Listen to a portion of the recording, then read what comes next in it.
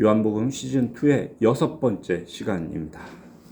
오랜만에 요한복음에서 표적이 없이 오직 예수님의 말씀만으로 된 본문을 보게 되었습니다.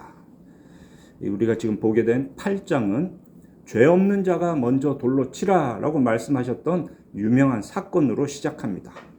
그리고 그 사건 이후에 예수님은 이렇게 말씀하십니다. 8장 12절, 나는 세상의 빛이다. 이 말씀은 요한복음에서 아주 중요하게 나타나는 예수님의 자기 계시 중 하나입니다. 요한복음에서 예수님은 나는 무엇이다 라는 형식으로 자신의 정체성을 알려주십니다. 하나님께서 모세에게 처음 자신을 소개하셨던 그 유명한 말씀이 있죠. 출애굽기 3장 14절, 나는 스스로 있는 자이다. 그 형식을 그대로 사용한 것이 예수님께서 말씀하시는 나는 무엇이다 입니다. 그 첫 번째 예로 6장을 보면 오병이어 표적 이후에 6장 36절에서 나는 생명의 떡이다 라고 말씀을 하셨습니다. 그리고 그 두 번째가 방금 말씀드렸던 8장 12절, 나는 세상의 빛이다 입니다. 오늘 보고 있는 이 8장의 논쟁은 나는 세상의 빛이다 라고 하셨던 그 예수님의 자기 계시로부터 시작이 됩니다. 유대인들은 이런 계시의 내용보다도 먼저는 형식과 절차에 대해서 시비를 걸어요. 13절 보면 바리새인들이 이르되 네가 너를 위하여 증언하니 네 증언은 참되지 않다라고 합니다. 셀프 증언은 무효라는 거죠. 이에 대해서 예수님은 나만 나를 증언하는 게 아니고 나를 보내신 아버지도 나를 위하여 증언하신다라고 답하셨습니다. 그랬더니 19절에서 그럼 네 아버지가 어디 있는데? 이렇게 묻죠. 네 아버지 요셉은 죽었잖아. 그러면 네가 지금 말하는 네 아버지가 누구냐? 이런 식입니다. 그들은 예수님도 알아보지 못했고 예수님의 아버지이신 하나님도 알지 못했습니다. 그래서 결국 예수님에 대한 비난의 핵심을 꺼냅니다. 25절, 그들이 말하되 네가 누구냐? 이게 그들이 하고 싶은 말이었어요. 이처럼 예수님을 대하는 유대인들의 말 중에는 딱 한 가지 초점이 있습니다. 그것이 바로 예수, 당신이 뭔데? 네가 뭔데? 이런 말을 하고 있는 거냐? 입니다. 31절 이후로 8장의 끝까지 그런 태도로 덤벼드는 유대인과 자신이 하나님의 아들이심을 계시하시는 예수님의 말씀을 제가 설교 요약에 크게 네 덩어리로 정리를 해놓았습니다. 우리 31절부터 보실까요? 예수님의 이런 말씀으로 시작되죠. 너희가 내 말에 거하면 참으로 내 제자가 되고 진리를 알지니 진리가 너희를 자유롭게 하리라. 진리는 무엇이 아닙니다. 진리는 어떤 이론도 아니고 어떤 제도도 아닙니다. 진리는 이 말씀을 하시는 예수님 자신입니다. 진리이신 예수님께서 그분의 말씀 안에 거하는 우리를, 그러니까 예수님을 믿는 우리를 자유롭게 하십니다. 이런 내용이 담긴 시즌 1의 과거 설교문을 다시 한번 읽어보시면 좋겠습니다. 오늘 설교의 본문은 48절 이후이기 때문에 이 부분에서는 제가 유대인들이 하는 말의 그 초점만 간단하게 짚어보겠습니다. 33절에 유대인들이 이렇게 대답하죠. 우리가 아브라함의 자손이라 남의 종이 된 적이 없거늘 어찌하여 우리가 자유롭게 되리라 하느냐. 이 부분이 우리 한글 성경의 번역대로만 보면 우리가 종이 아닌데 자유롭게 되리라고 말하는 이유가 뭐냐? 이런 식으로 들립니다. 그런데 원문을 그대로 번역하면 네가 뭔데 종이 아닌 우리를 자유롭게 한다고 말하느냐라는 의미도 들어 있습니다.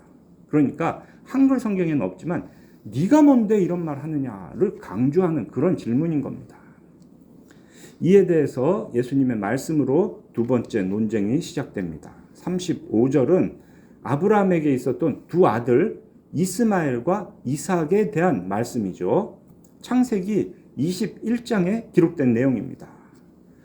여종 하갈에게서 태어난 이스마엘은 아브라함의 집에 계속 있을 수가 없었습니다.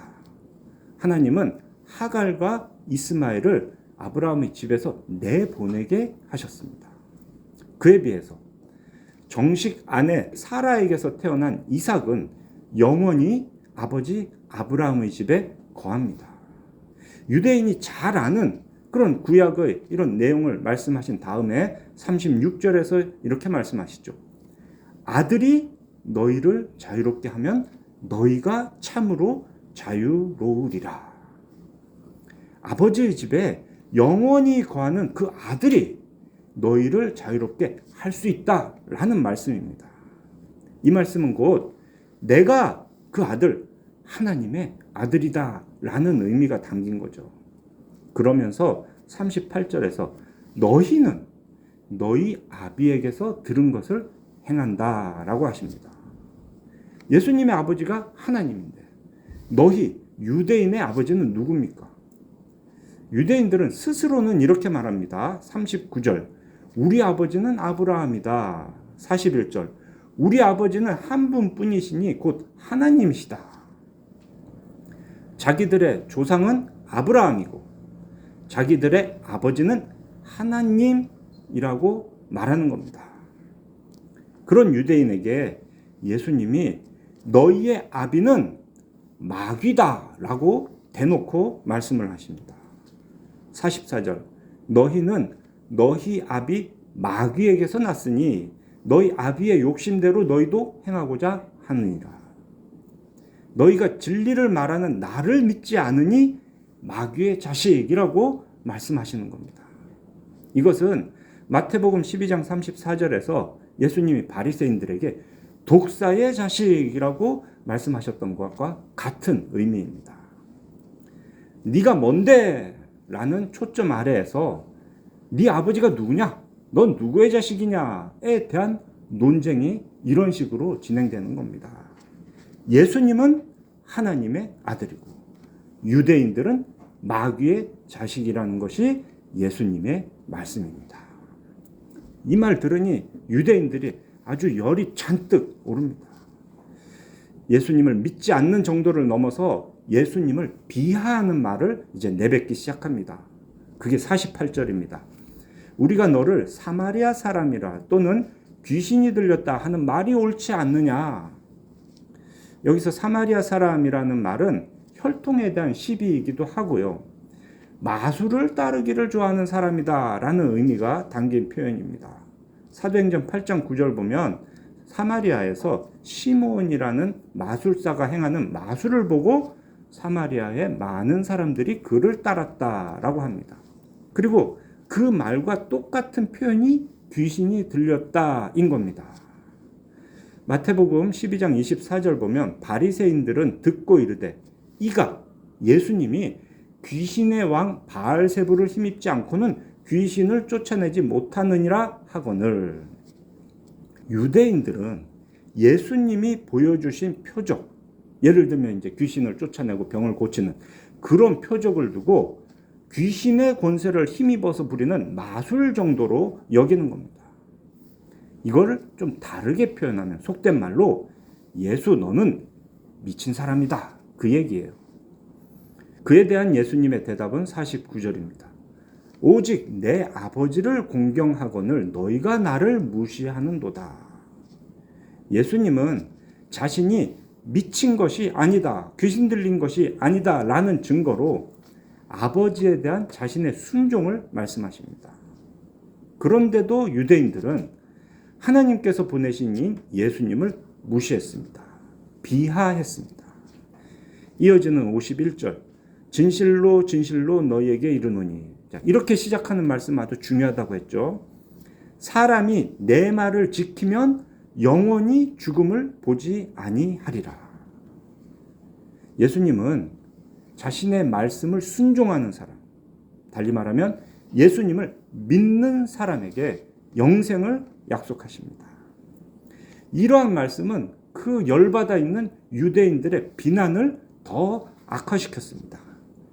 그렇게 시작된 것이 마지막 네 번째 논쟁입니다. 53절. 너는 이미 죽은 우리 조상 아브라함보다 크냐? 또 선지자들도 다 죽었는데 너는 너를 누구라 하느냐? 여전히 네가 뭔데? 이야기가 계속되는 겁니다. 유대인들은 예수님에 대해 사람을 놀라게 하고는 자기 이익을 챙기는 그런 마술사 정도로 여기는 겁니다. 54절. 예수님은 그들의 속마음을 아시고 자신은 오직 하나님 아버지의 뜻에 순종하는 것이라고 말씀을 하십니다. 사실 예수님께 영광을 돌리시는 분은 유대인들이 자기들의 하나님이라고 부르는 그 성부 하나님이십니다. 그리고 이 일은 예수님의 십자가 죽음과 부활의 과정에서 사실로 드러났습니다. 예수님이 잡히시던 날 밤에 하신 말씀, 요한복음 13장 32절을 보면 이런 기록이 있습니다. 만일 하나님이 그로 말미암아 영광을 받으셨으면, 여기서 그는 아들 예수님이죠. 만일 하나님이 예수님으로 말미암아 영광을 받으셨다면 하나님도 자기로 말미암아 그에게, 예수님께 영광을 주시리니 곧 주시리라. 예수님이 영광 받으실 때, 달리 말하면 예수님이 십자가에 달려 죽으심으로 아버지께 영광을 돌릴 때, 그때 아버지도 아들에게 영광을 주십니다. 그런 후에 예수님은 오늘 본문의 핵심인 56절의 말씀을 하십니다. 너희 조상 아브라함은 나의 때 볼 것을 즐거워하다가 보고 기뻐하였느니라. 예수님의 이 말씀은 그때 그들에게는 엄청난 수수께끼 같은, 도대체 무슨 말이야 싶은 거지만, 아브라함이 이삭을 바친 내용이 담긴 창세기 22장의 기록이 근거가 됩니다. 그러니 이 요한복음은 좀 전에는 창세기 21장의 그 두 아들 이야기를 했었고, 이제 바로 거기에 이어지는 22장 이삭을 바치는 이야기를 우리로 하여금 생각하게 합니다. 이 부분은 지난 21년 12월 12일 창세기 22장의 과거 설교를 참고하시면 이해에 도움이 될 것입니다. 지금은 그 창세기 22장 내용 전체를 다루는 건 아니고요. 그 본문 안에서 보다, 눈으로 보다라는 동사를 중심으로 간단하게만 되짚어 드리겠습니다. 우리가 흔히 여호와 이레라는 말로 잘 알고 있는 이 기록에는 눈으로 보다라는 동사가 반복돼서 사용이 됩니다.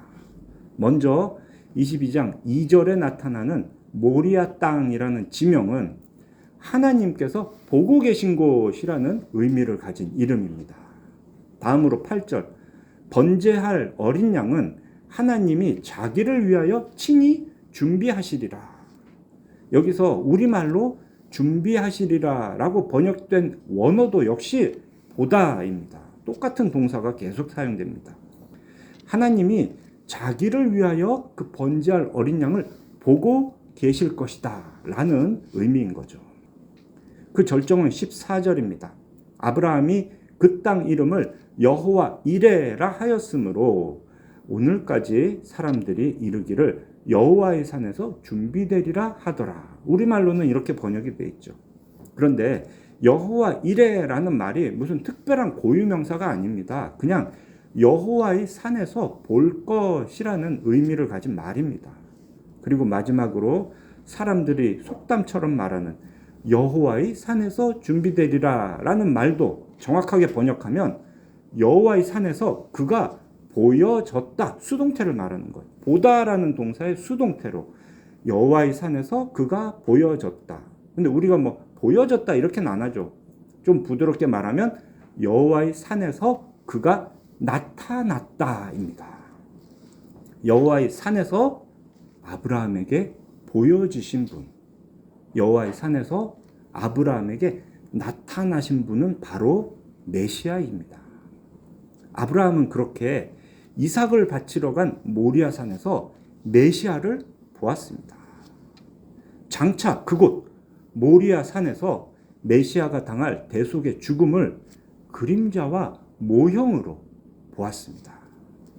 아브라함이 메시아를 보았다라는 사실은 정말 창세기를 주위에서 본 유대인이라면 어느 정도 동의할 수는 있는 내용입니다. 그런데 그걸 잘 이해하지는 못했죠. 그런데 더 큰 문제는 무엇이냐? 지금 그 말을 누가 하고 있느냐? 예수께서 자신이 바로 그때 아브라함이 본 메시아다라는 말씀을 하고 계신 겁니다. 그러니 유대인들, 오늘 요한복음 본문으로 돌아오면 네가 아직 50세도 못 되었는데 아브라함을 보았느냐? 라고 반문합니다. 아브라함이 예수님을 보았다라는 거는 생각하지도 못하고 예수님이 언젠가 아브라함을 보았다라는 말로 오해를 한 겁니다. 그럼 여기서 왜 구태 50세 나이를 얘기를 했을까? 그것은 구약에서 회막 봉사자의 그 섬기는 나이를 참고하면 우리가 좀 알 수가 있습니다.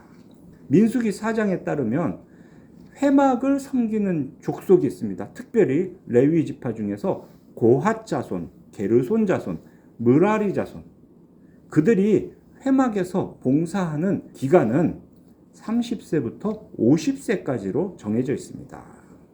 그러니 하나님의 일을 섬기는 사람이 가장 완숙한 시기가 50세인 겁니다.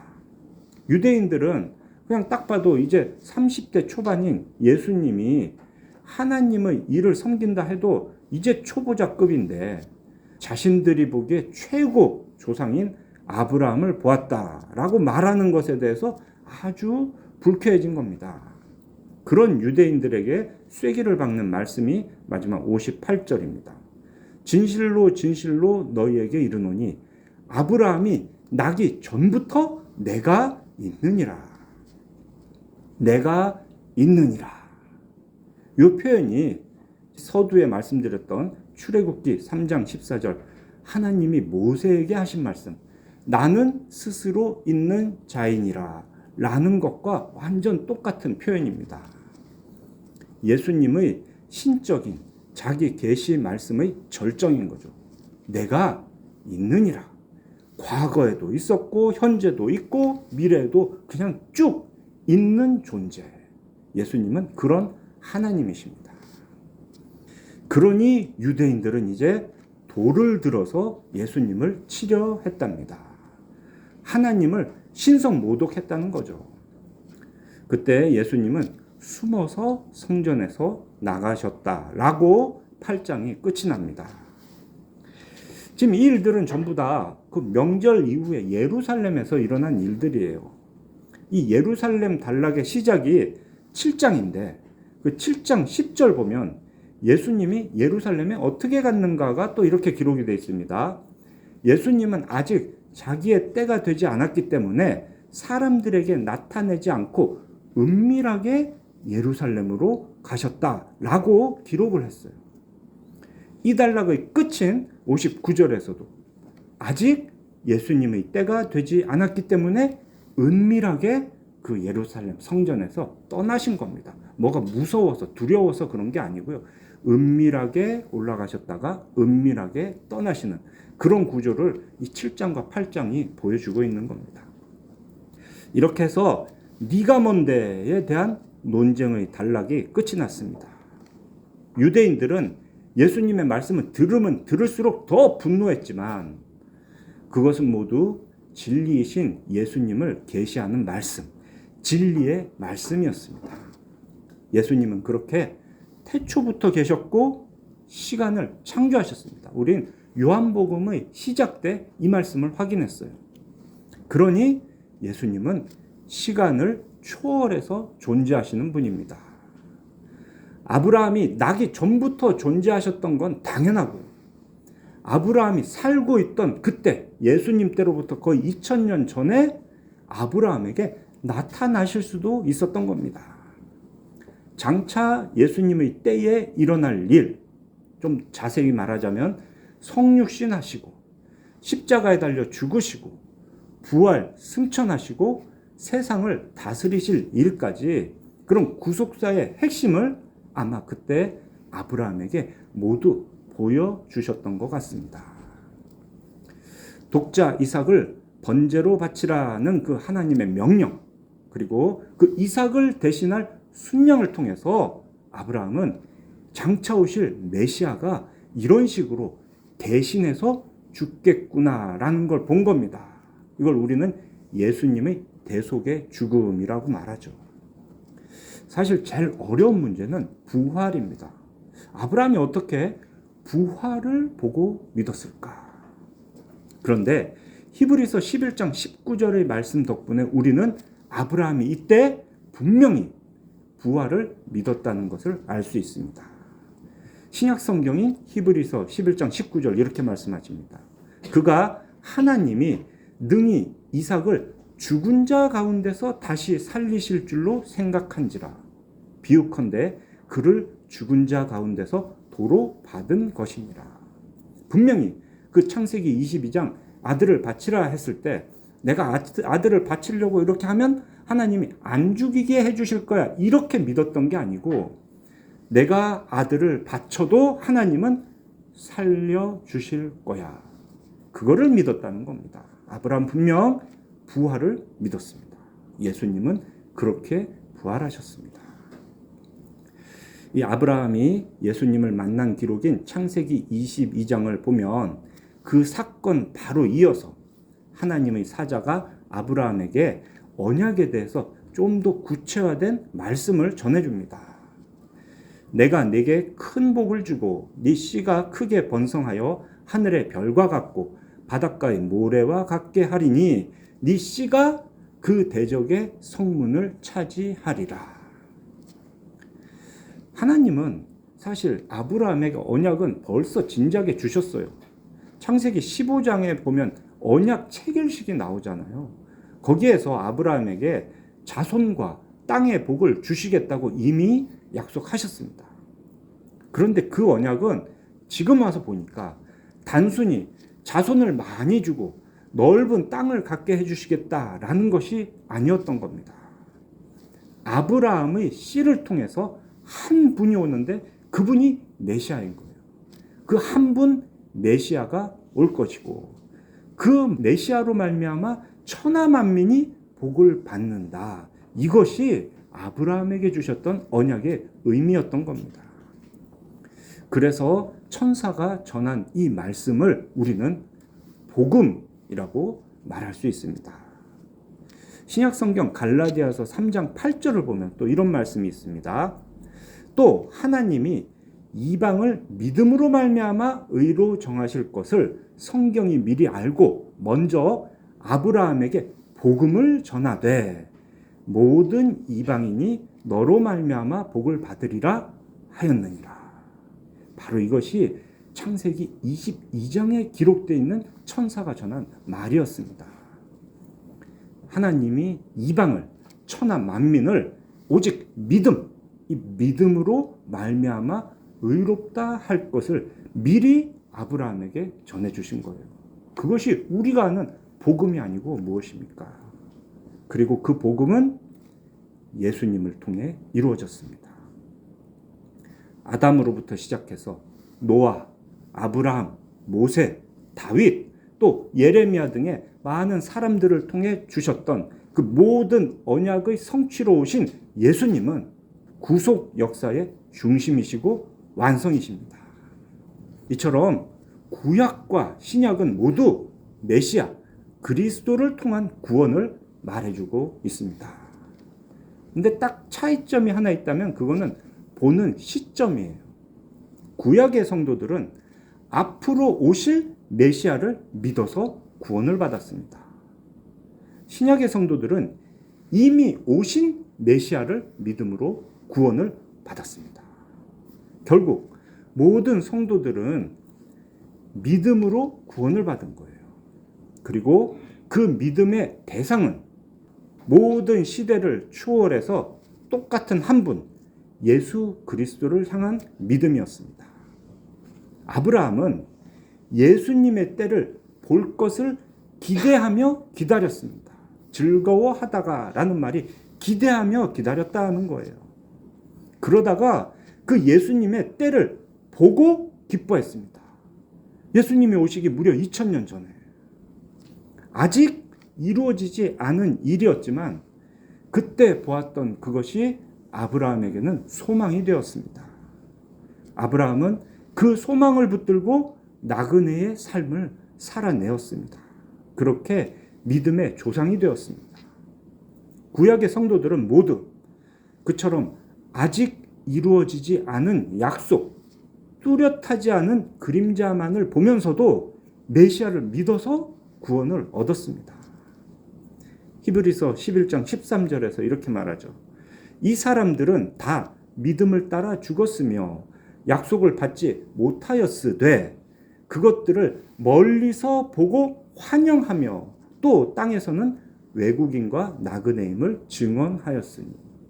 구약에 살았던 많은 믿음의 선진들을 쭉 말하고 나서 이렇게 말합니다. 그것들을 멀리서 보고 환영하였다. 신약의 시대를 사는 우리는 그들과는 비교도 안 되는 복을 누리고 있습니다. 구약에 기록된 그 약속대로 메시아이신 성자 예수님이 우리에게 오셨습니다.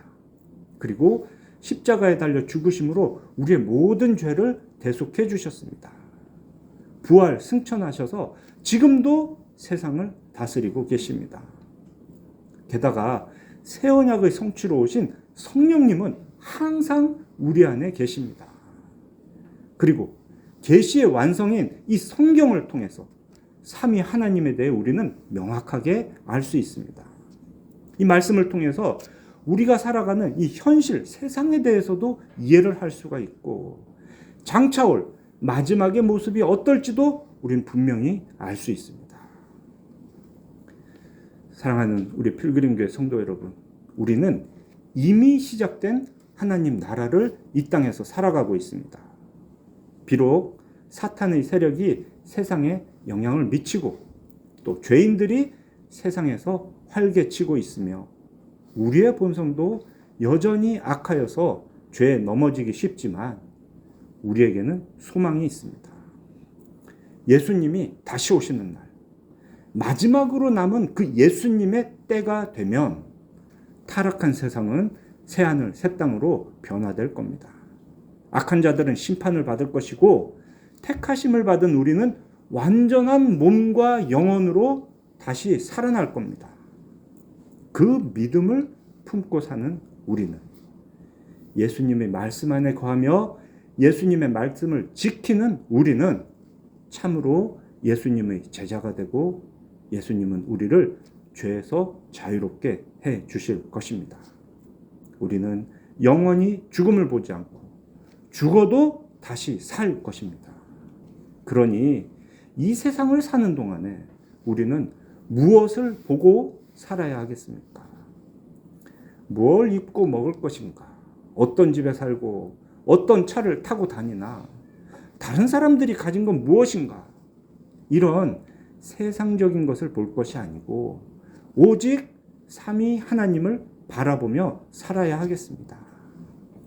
육신의 정욕과 이생의 자랑으로 채우려고 하지 말고 오직 예수님의 말씀이 우리 안에, 우리가 예수님의 말씀 안에 거하는 그런 삶을 살아야 하겠습니다. 믿음의 조상이라 하는 아브라함이 모리아 산에서 보았던 그 어린 양, 아브라함이 믿었던 그리스도 예수를 믿는 그 믿음 안에서 참된 기쁨과 평안을 누리시기를 삼위일체 하나님의 이름으로 축원합니다.